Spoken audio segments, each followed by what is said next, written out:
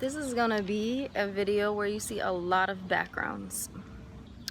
So we're gonna have a heartfelt conversation about the idea of getting out of a place, or like getting out of Reading.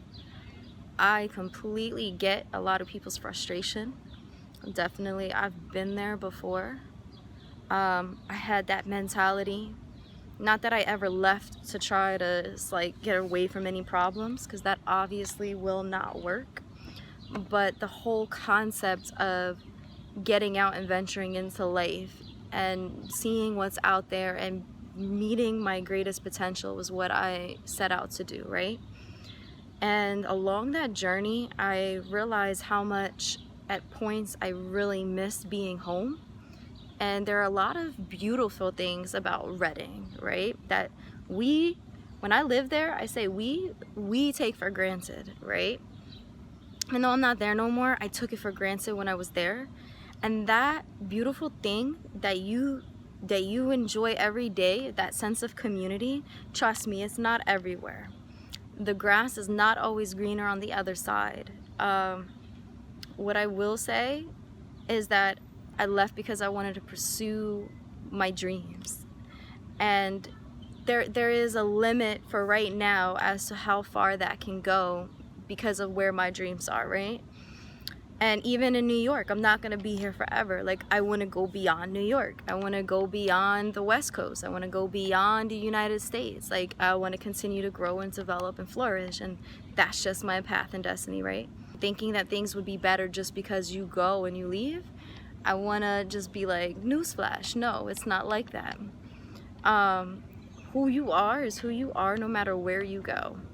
I don't care if, you're a good person, a bad person, or you're a confused person, or a happy person. It doesn't matter.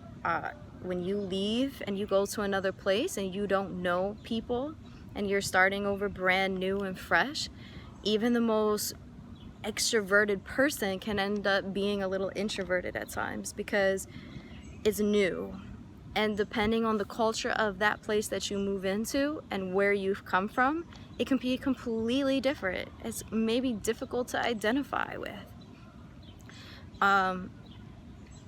The beauties that are inside of Reading is the culture, the soulfulness, the diversity of everybody actually speaking to one another regardless of race and ethnicity inside the city and even in the surrounding areas is beautiful. That's not everywhere. Not everywhere is diverse. Even though there are diverse people that live in it, not everybody is connecting, communicating, barbecuing together, just having love for one another, even fighting with one another for that matter. I mean, even our beef is freaking diverse in Reading. So just on an honest note, you think you're gonna walk into something and you think, oh, if I'm this fucked up city, it's this and this. No, take a look around and look back inside and see what you can do to make the most out of the place where you are. And that brings me to the next thing. Right now you have the opportunity in the city to buy up that city. And trust me, if you don't buy it, somebody else will. And let me just explain this to you. I've been able to come to New York and I've witnessed gentrification happen. Maybe not like the full 360 degrees of it, right? Because it started long before I was even, I'll say, out here, let alone I was probably even conceived, all the things that took place in New York. If you don't know it, at one point New York was almost bankrupt. There was I know you probably know there was a lot of crime and stuff in the 90s and things like that.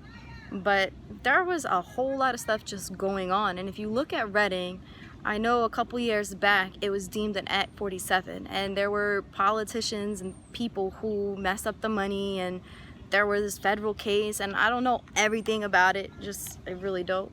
But just to be mindful of that Reading experienced a lot of things where there was defaults, and who knows what the impact was. Schools were shutting down, all of these things were taking place, right? At that time, that property that you could probably buy on one of the streets was probably really affordable, right?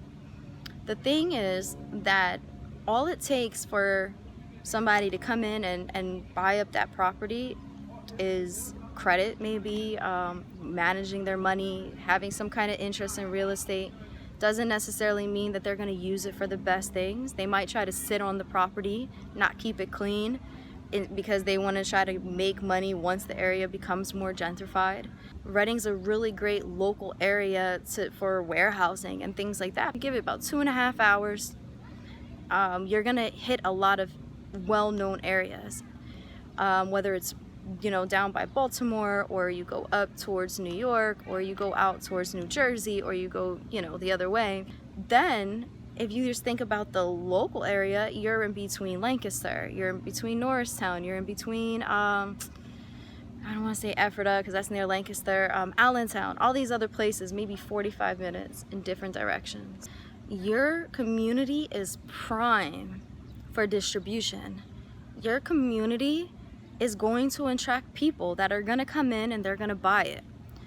When the rent starts going up, it's going to be because a couple of people with money, where their income, their yearly income is very high, maybe they're in a million bracket or so forth, and when that happens, the landlords are probably going to go with the medium income, and the cost of living is going to start to increase.